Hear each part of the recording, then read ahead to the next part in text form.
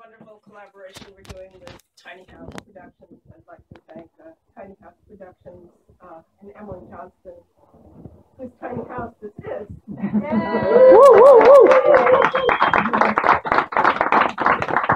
Actually, just the right size, as it turns out. And I'm going to introduce the first reader tonight. I've never read off my phone, but I forgot the paper.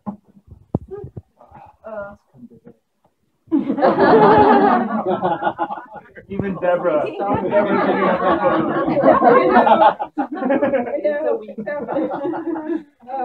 Joshua Marie Wilkinson was born and raised in Seattle.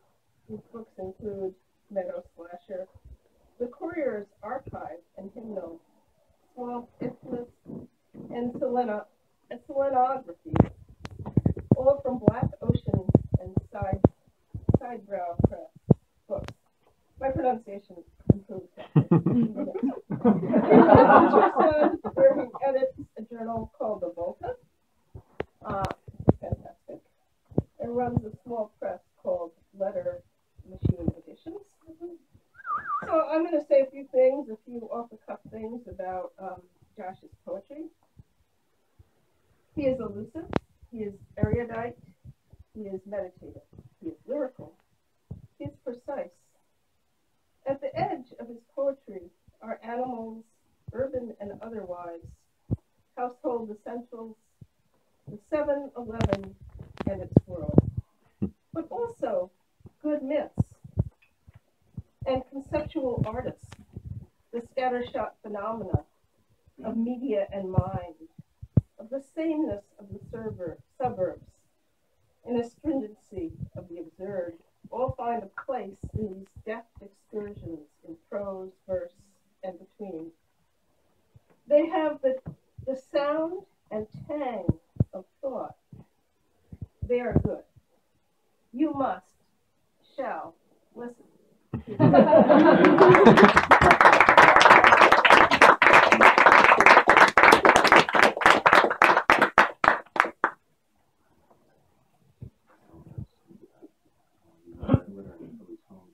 Yeah. I love these two people. You know these two? That's why we sat here.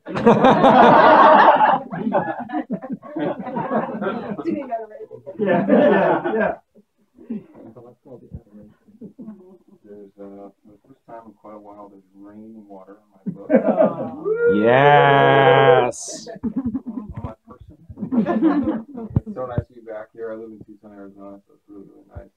It was 98 degrees when I left home yesterday, so I know you guys don't want this. I want this so bad. Thank you guys for having me. Deborah, thank you for having us in your home. This sweet, lovely dog who I just met.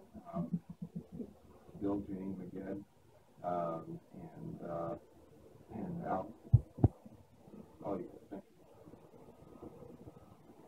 Here's a poem called I Go by Edgar Huntley. Edgar Huntley is a fictional character in a novel by Charles Brockden Brown who, a couple hundred years ago, falls asleep and gets in trouble during some adventures. Fritz Cove Road dwindles down to a patch of currants. We keep the yellow off our necks and line up to the hills to rename us. I go by Edgar Huntley now.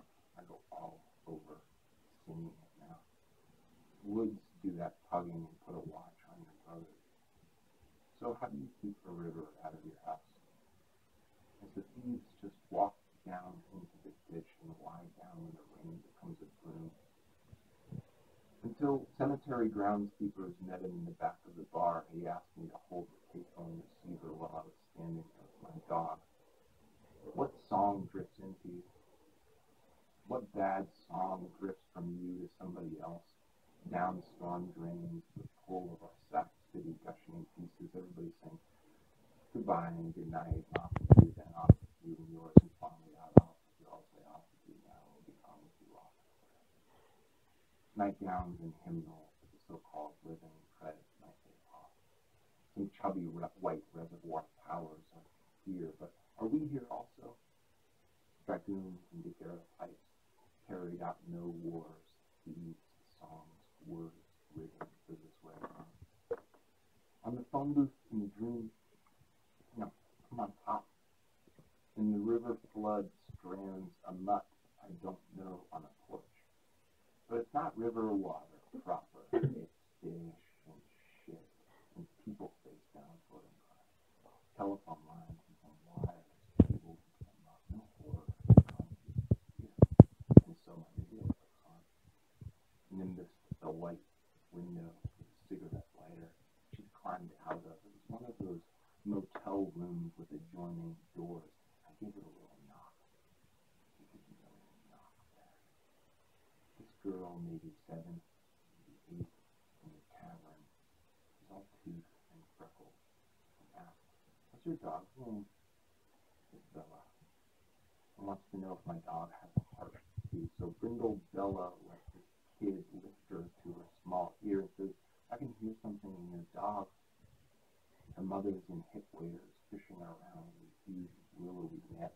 The little girl and her 2 sisters guess the messenger is not saying the mice scurry, but are actually rearranging to say something. I just cannot know what.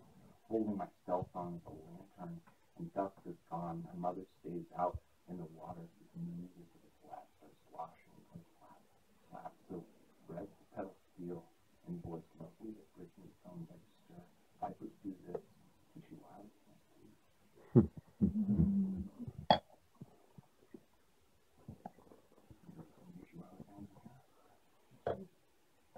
In the trade of a live letters mist sent.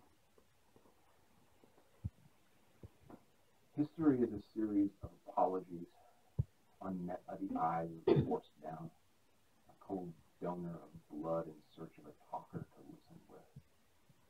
Skunks in the yard, kingfish shrubs, snowy swamp fell against the sky's boundary. I hold the lantern. You hold my hand, not holding the lantern.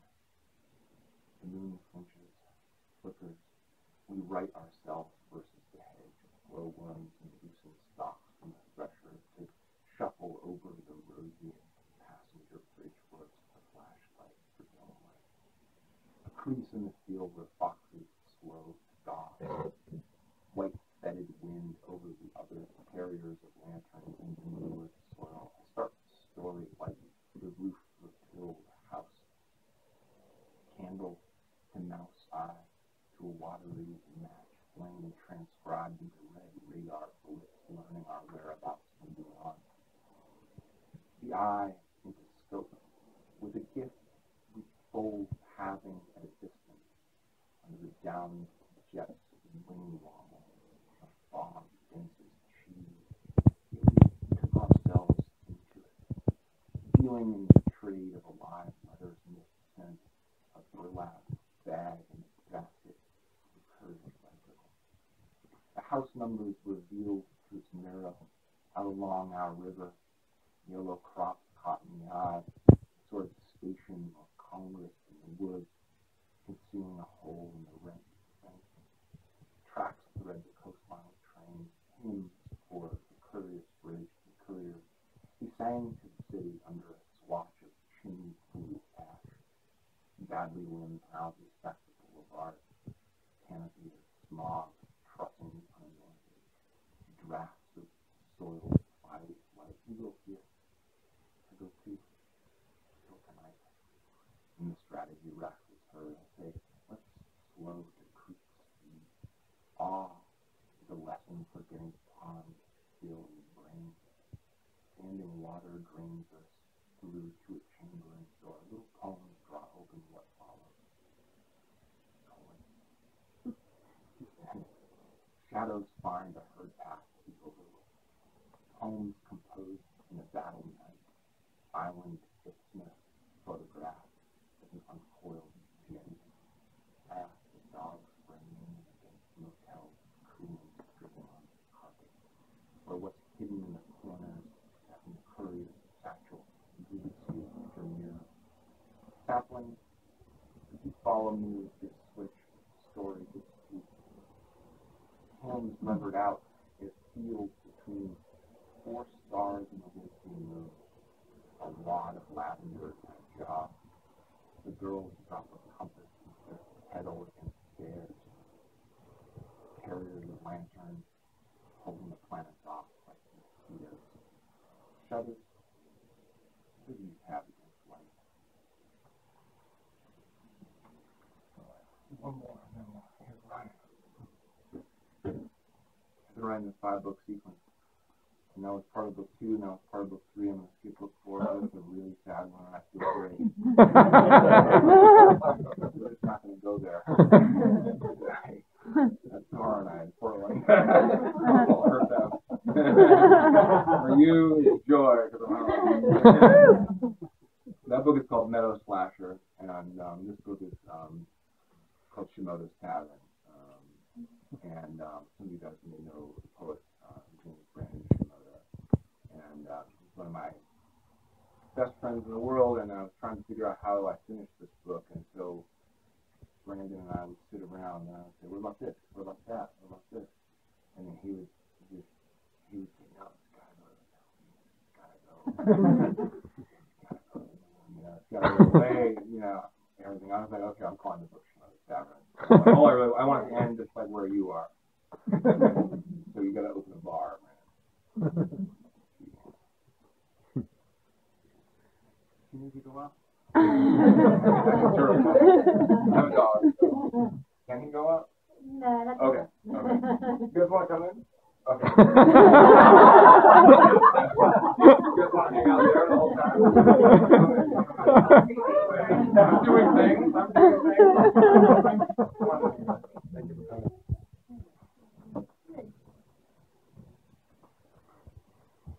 Anybody need anything? We're okay? All right, here's my last one. This is the end of Shimoda Tavern. This is the end of the anthology. The anthology is called No Volta. So just go like this.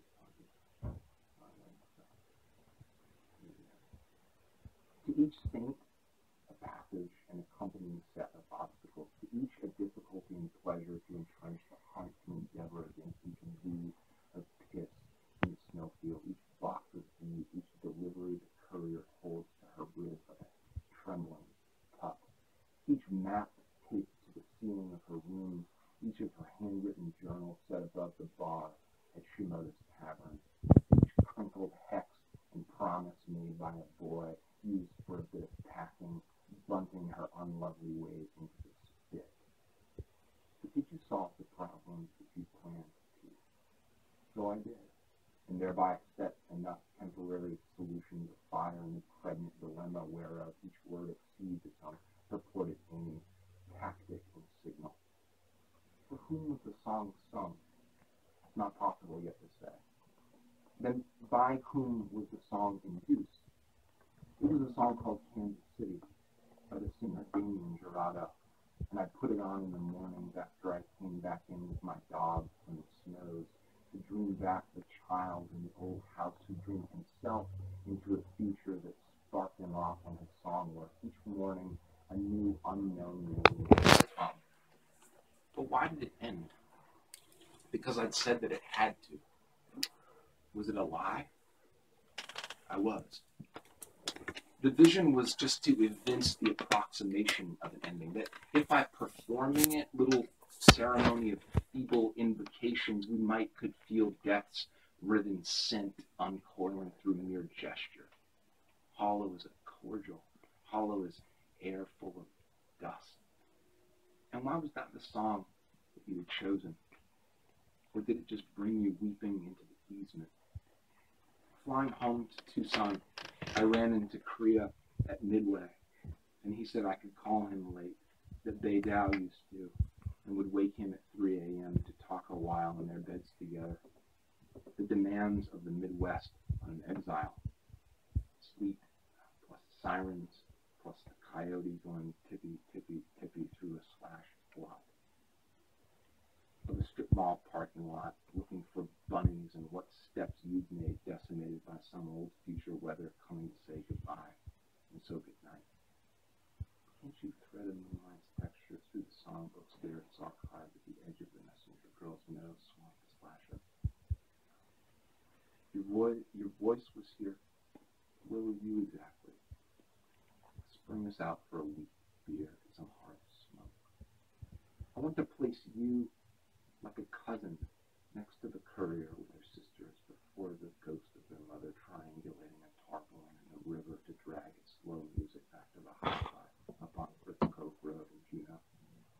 So then to where? From Ravenswood Avenue in Chicago to Lost Lakes at Colfax and Denver, back to Dunbar Spring to a Thunderbird in the carport at about Eastbourne and Exeter, and on into the Arroyo with Jess last night under no moon. Another candle flicker to anchor us to the warmth of the dead room's glows.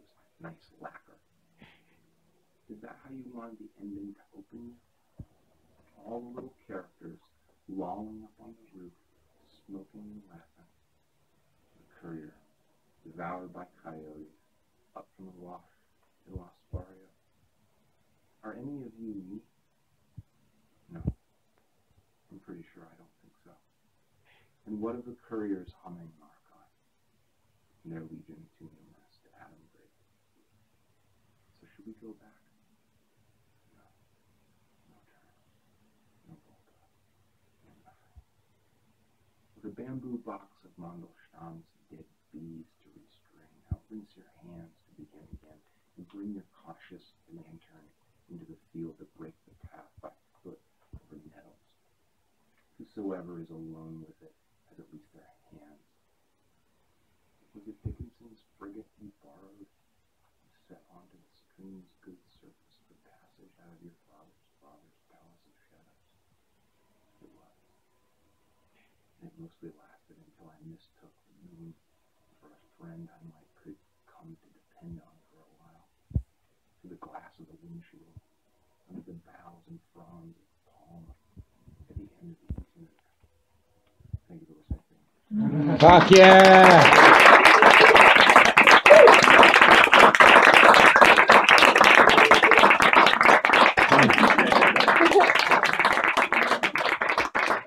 Jesus.